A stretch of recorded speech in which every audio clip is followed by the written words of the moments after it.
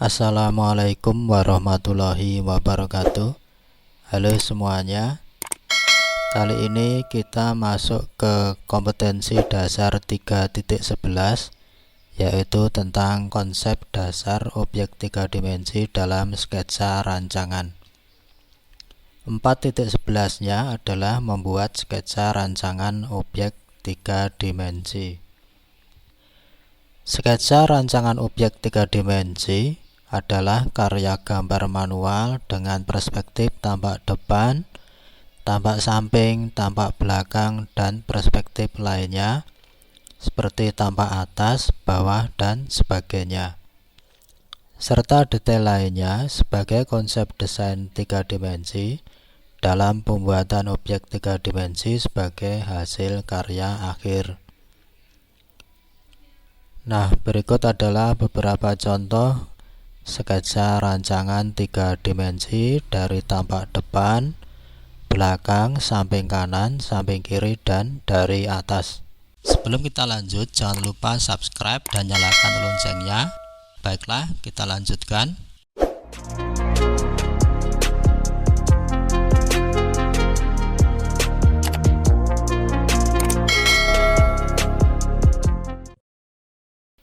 Gambar rancangan digambar secara manual dan nantinya akan menjadi dasar pembuatan animasi 3 dimensi dari produk tersebut. Gambar dirancang dibuat dalam bentuk sketsa. Apa yang kamu ketahui mengenai sketsa? Sketsa adalah bentuk gambaran kasar dan ringan yang digunakan untuk mengawali atau sebagai kerangka suatu penggarapan karya lukis. Sketsa dapat dibedakan menjadi dua, yaitu sebagai berikut. Pertama, sketsa seni rupa murni. Sketsa seni rupa murni adalah sketsa bagi seni yang hanya digunakan sebagai hiasan atau estetika saja tanpa memperhatikan fungsi dan kegunaannya. Yang kedua, sketsa seni rupa terapan. Sketsa seni rupa terapan adalah sketsa seni yang selain memperhatikan keindahan, juga memperhatikan fungsi dan kegunaannya. Sebagai bentuk dasar dari suatu gambar atau merupakan kerangka gambar, sketsa memiliki fungsi dalam menghasilkan gambar jadi berupa lukisan. Adapun fungsi sketsa dalam menghasilkan gambar adalah sebagai berikut. 1. Sketsa dibuat untuk memfokuskan gambaran. Dengan adanya sketsa, suatu gambar akan terpaku pada dasar yang sudah dibuat sesuai dengan tema gambar yang telah dipilih. Yang kedua, sketsa membantu untuk meminimalisir terjadinya kesalahan dalam menggambar. Sebagai acuan dasar dalam membuat gambar sketsa, sangat membantu agar tidak terjadi kesalahan atau paling tidak hanya sedikit kesalahan yang terjadi karena ada pola awal yang dijadikan acuan. Ketiga, sketsa juga berfungsi untuk membantu koordinasi antara konsep dan keterampilan tangan dalam membuat gambar. Nah, sebagai gambar dasar, sketsa dianggap sebagai gambar sederhana. Meski demikian, sketsa memiliki unsur-unsur pembangunnya. Unsur tersebut memiliki hubungan yang saling menunjang sehingga tercipta gambar yang dapat dikenali. Sehingga dapat dikatakan adanya beberapa unsur yang berperan penting dalam membangun sebuah sketsa. Berikut adalah contoh tahapan pembuatan sketsa. diawali dengan arsiran kasar dan berlanjut ke arsiran yang lebih halus dan lebih padat. Berikut adalah beberapa unsur yang membangun sebuah sketsa. 1. Garis. Garis merupakan unsur paling penting dalam pembuatan sketsa. Garis dalam sketsa terdiri atas garis datar, vertikal dan horizontal, dan garis melengkung. Garis inilah yang membentuk gambar. Nah, berikut adalah contoh bermacam-macam garis, mulai garis mendatar, garis tegak, garis miring, sampai garis bergelombang. Kedua adalah bidang. Bidang merupakan bentukan dari garis-garis yang disatukan. Pada dasarnya, bidang ini menjelaskan bagian kecil dari gambar yang dibuat karena merupakan bagian dari bentuk. Beberapa bidang atau secara keseluruhan jika disatukan akan menjadi suatu bentuk. Berikut adalah contoh dari macam-macam bidang. Yang ketiga adalah bentuk.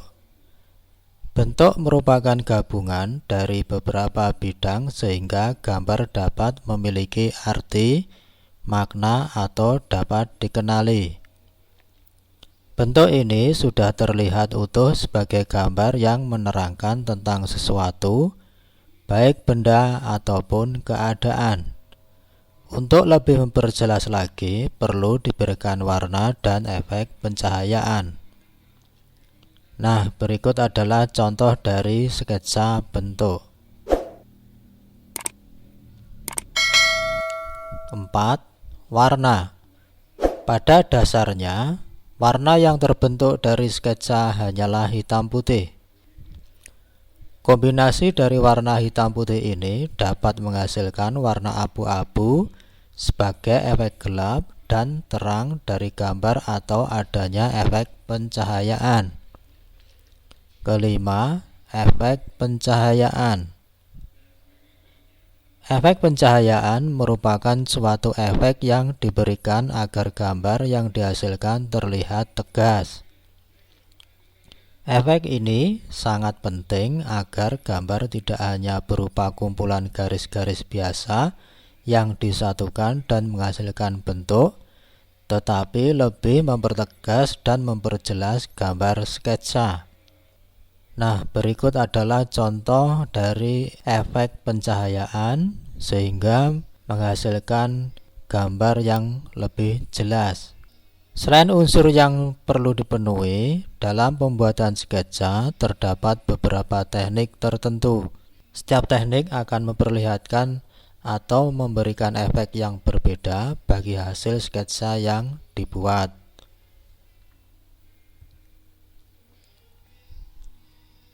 Secara umum, untuk suatu sketsa rancangan, teknik yang sering digunakan adalah teknik arsir dan Dussel.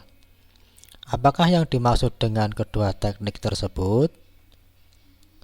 Pada dasarnya, ada 3 teknik sketsa yang dapat digunakan, yaitu arsir, Dussel, dan pointillist. Berikut penjelasannya. 1. Teknik arsir. Teknik arsir dalam sketsa dibuat dengan memberikan garis-garis secara murni. Tidak ada penekanan tipis tebal pada arsiran, sehingga tingkat kontras gambar tidak terlihat kecuali pada bidang yang berbeda. Nah, berikut adalah contoh dari hasil sketsa menggunakan teknik arsir.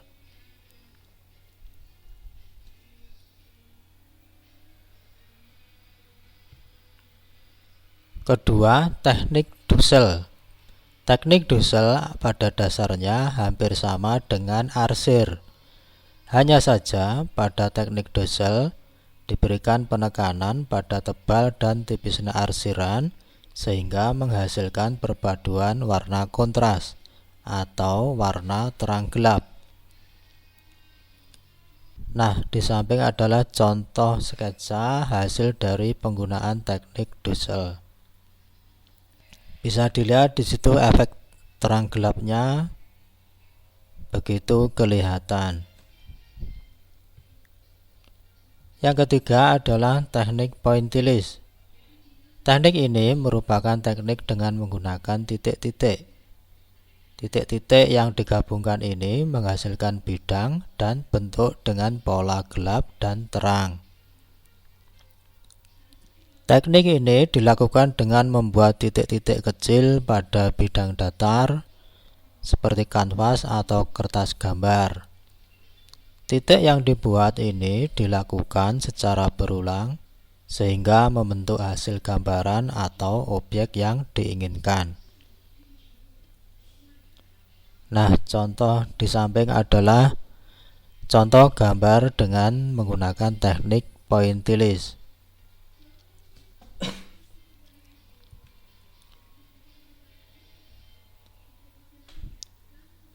Meskipun pada dasarnya setiap orang memiliki ciri khas dalam pembuatan gambar sketsa, namun secara umum ada 3 aturan yang berlaku dalam pembuatan sketsa. Berikut ini penjelasannya. Nomor 1, membuat kerangka gambar. Kerangka gambar dibuat dengan menggunakan garis berupa garis mendatar atau melengkung. Kerangka gambar juga dapat dibuat dengan menggunakan titik-titik. Kedua, menggambar garis sekundernya. Garis sekunder dibuat tanpa penegasan gambar dengan tebal tipisnya gambar. Ketiga, menebalkan garis sketsa. Menebalkan garis yang sudah dibuat sebenarnya sudah benar, tetapi memberikan efek terang dan gelap pada bentuk yang sudah dibuat sehingga gambarnya lebih jelas. Nah, terkait dengan pembuatan gambar rancangan 3 dimensi, kemampuan membuat sketsa sebaiknya dimiliki dengan baik agar produk yang digambarkan dapat tergambar dengan jelas. Nah, demikian tadi penjelasan tentang konsep dasar objek 3 dimensi dalam sketsa rancangan. Bagi yang belum subscribe, silahkan subscribe dan bunyikan loncengnya. Sekian dulu, ada kurang lebihnya mohon maaf. Assalamualaikum warahmatullahi wabarakatuh.